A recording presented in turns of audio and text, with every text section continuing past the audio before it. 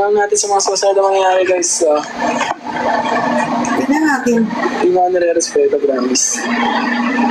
Sobrang Paul na naman. Paul na yun. Siyempre, hindi ka naman kasali sa away namin. Makikisali ka. Paano hindi ako kasali? Nanay ako niyan. Nanay ako. Yung mga nasasabi dyan, tinotolerate ko yung anak ko. Magsalita kayo ng ganyan pag magulang na kayo. Magsalita kayo sa akin ng ganyan pag palit na tayo ng posisyon. Yung anak mo nga madapa eh. Manggigigil ka kasi nadapa yung anak mo eh. Yung pang may nanakit sa anak mo. Initial reaction yan sa akin. Wag niyo akong husgahan. At kahit husgahan niya ako, okay pa rin yun. Walang problema sa akin yun. Ilalabang ko yung anak ko kahit saan tayo makarating. 4 yung anak ko, 1 lang ako, pero ilalabang ko buong buhay ko para sa 4 na yan. Ha? Sige. Sasabihan mo pa ako ng gano'n. Tolerate mo pa, di ba? Ano mga isali, malaki ka na. Dapat alam mo na yan. Respeto ko naman kayo. Panoorin nyo lang yung sinabi nito ng mom ni Kosaway, guys. Wala talaga akong gawin sa anak mo. Ba't sila sa akin, di ba? Wala akong pinagsisihan sa lahat ng sinabi ko. Lahat yun meant. Kasi nanay ako. Pero sana ikaw nag-iisip ka ng lahat ng mga sinasabi mo. Di ba? Lahat yan. Lahat ng sinabi ko meant yan bilang nanay ako. Hindi ba inisip na nadala lang kami ng pagkalalaki namin?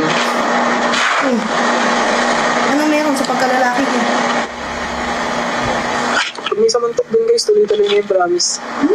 Kung may Okay samantok lang sa akin doon, hindi naman ako basta-basta hindi nalaban ko.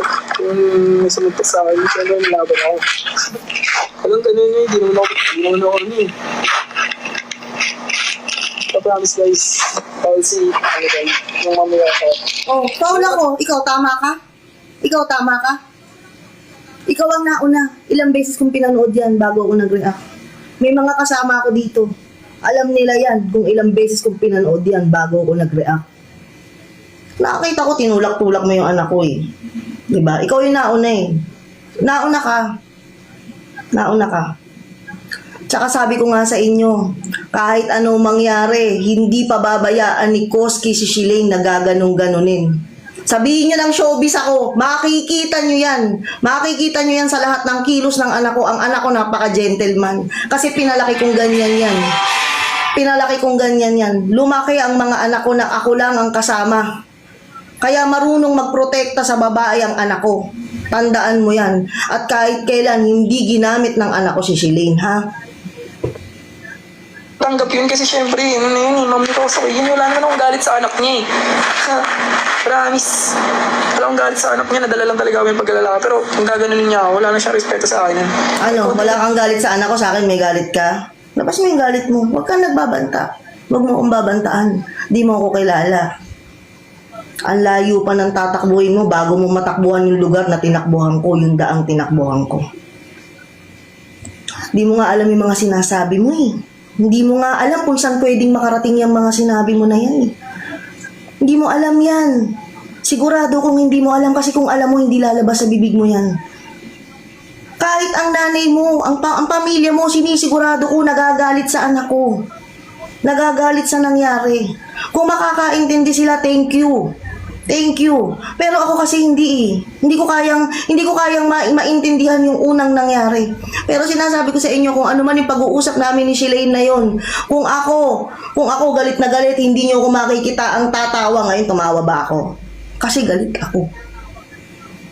Nakikipagbiruan na ako that time. Nakikipagbiruan ako. Panoorin mo. Sana pinanood mo ng buo. Ginawa ko na lang kalokohan yun, humor ko. Eh, humor ko yung pakialam mo ba?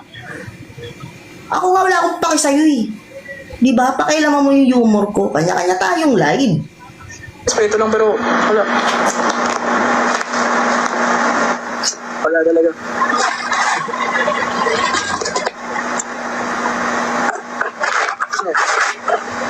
Wala akong pakialam sa mga basher ko, guys, kung may bash niya ako. Wala akong pakialam sa inyo eh.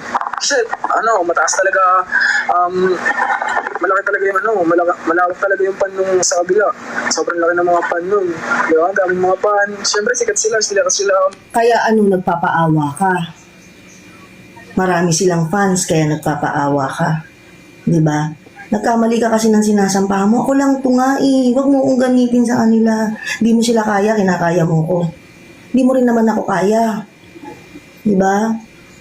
Sa dinami-dami naman ng gerang pinagdaanan ko, papakaya pa ako sa'yo. Hindi talaga. Alam mo, kung ako, hindi ko alam na may puntos ka rito sa mga pinagsasabi mo, hindi na ako magla-live. Makikinig na ako sa mga kung ano yung mga kinausap ko na manahimik ako. Makikinig na ako, kaso nakita ko may puntos ka eh. Kaya ngayon palang binabalaan na kita. Manahimik ka na. Kasi kaya kitang idemanda.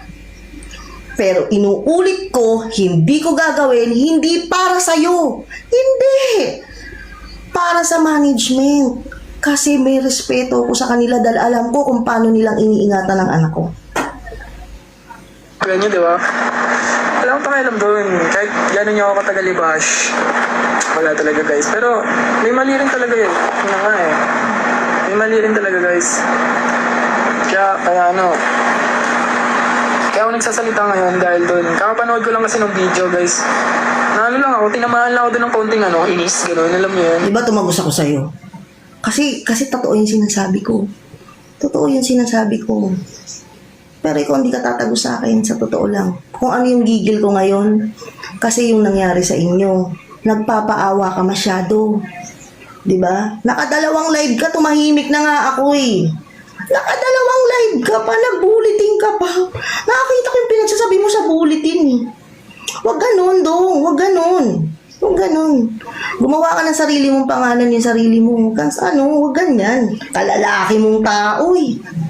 Patol ka eh. Alam mo kung yung anak ko nagaganyan, sinisigurado ko sa inyo tatahimik. Tapos na. Sinisigurado ko yan. Kung yung anak ko yan, tumahimik na, tapos na. Ano ba sabi ng anak ko? Pass is pass. Mabilis mag-move on si Koski. Kasi, tolerate yung anak niya. Nagsasabi dyan na tama na ako, umalis ka sa live ko kung ayaw mo may marinig. Yung mga nagagalit sa mga sinasabi ko, umalis kayo sa live ko.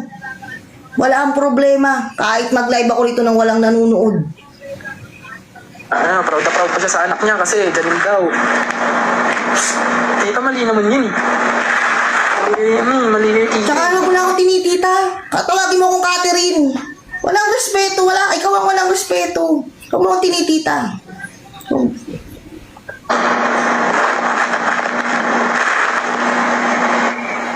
Mali yun, tita.